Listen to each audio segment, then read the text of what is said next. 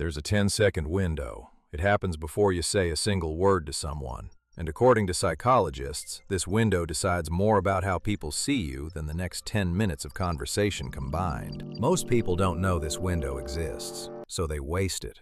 They rush in, talk too fast, fidget, look away, and by the time they've said hi, the other person has already made up their mind about them. Today, you're going to learn exactly what happens in those 10 seconds, why your brain is wired to judge that fast, and the one small shift that can flip the entire outcome. Here's the uncomfortable truth.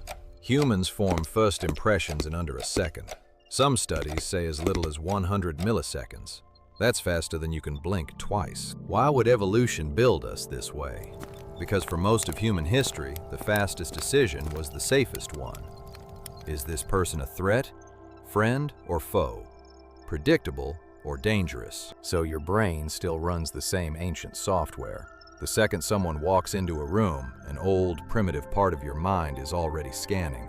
Posture, eye contact, voice, pace of movement. Psychologists call this the primacy effect. The first piece of information we get about someone disproportionately shapes everything we think about them afterward, even when later evidence contradicts it. Let's follow someone through this. We'll call him Theo. Theo has a job interview. He's qualified. He's prepared answers for every question they might throw at him. But the moment the door opens, his nerves take over. He walks in fast, talks immediately. His handshake is rushed, his eyes dart around the room, and he sits down before he's even invited to. In the interviewer's mind, something quiet just happened. Nothing was said out loud, but a judgment formed. Nervous, eager, maybe not in control. The interview technically goes fine. Theo answers every question correctly, but something about the energy never recovers.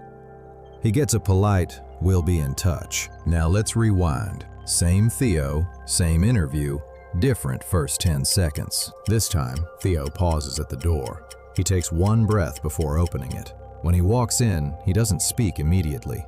He makes eye contact first, lets a half-second of silence pass, and then extends his hand with a steady pace. That tiny pause did something powerful. It signaled calm. Confidence isn't loud. Psychologically, it reads as unhurried. People who feel secure don't need to rush to prove anything. Same Theo, same resume, same answers. Different outcome. Because the first 10 seconds told a different story before he said a word. Psychologist Amy Cuddy's research on first impressions found that people are primarily judging two things almost instantly: warmth and competence. Most people try to prove competence first. They talk fast, list achievements, try to impress. But research suggests warmth is judged first, and it's the gateway that determines whether people even want to believe your competence. This is the actual mechanism behind the 10-second rule. It's not about being slow, it's about being unhurried on purpose. Let's make this practical. Here are 3 small shifts inside that 10-second window. 1. Pause before you speak. Whether you're walking into a meeting, meeting a stranger, or even answering a phone call, let half a second of silence happen before your first word. It feels like nothing to you. It reads as composure to them. 2. Let your eyes arrive before your voice does. Make eye contact for a beat before you start talking. Reverse the order.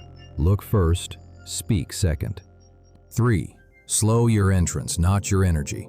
This isn't about moving like you're underwater. It's about removing the rushed, jittery quality from your first movements. None of this requires you to change your personality. Theo is still the same fast-talking, energetic person 2 minutes into any conversation. The shift only matters in that opening window. Here's what's interesting about all this. The 10-second rule isn't really about tricking people. It's about regulating yourself before you ask anyone else to trust you. Most of what reads as nervous energy to other people is really just unprocessed urgency inside of us.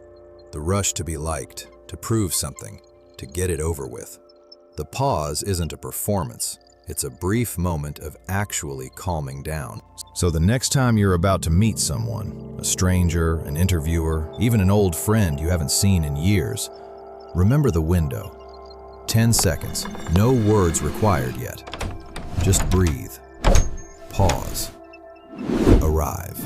If this changed the way you'll walk into your next room, subscribe, because next time we're breaking down why some people never run out of things to say, even with total strangers.